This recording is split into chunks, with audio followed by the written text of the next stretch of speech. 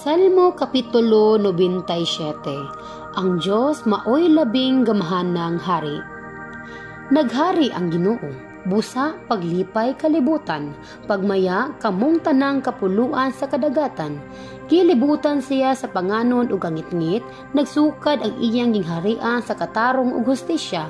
Naguna kaniya ang kalayo ug gilamoy ang iyang mga kaaway nga naglibot kaniya. Ang iyang kilat nagdanag sa kalibutan, nakita kini sa yuta ug bikurog kini. Sama sa kandila ang kabungturan nangatunaw sa tubangan sa Ginoo, ang Ginoo sa tibuok kalibutan.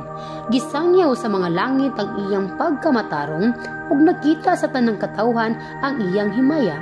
Naulawan ang tanang nagsimbag mga larawan, sila nga nagparsigarbo sa ilang mga walay hinungdan nga Diyos-Diyos.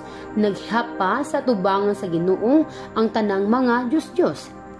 Nakadungog ang katawan sa Sion ug naglipay, nagmaya ang mga syudad sa Juda tungod sa imong mga hukom, o Dios. O Ginoo nga labing gamhanan, ikaw ang nagmando sa tibuok kalibutan. Mas gamhanan ka kaysa tanang Diyos-Diyos. Gihigugma sa Ginoo kadtong nagdumot sa daotan. Iyang gipanalipdan ang kinabuhi sa iyang katawhan o giluwas sila gikan sa gahom sa mga daotan. Ang kahayag nagdanag sa mga matarong ug ang kalipay ngadto sa mga putlig kasing-kasing. Paglipay kamo mga matarong tungod sa gibuhat sa Ginoo ug pasalamati siya.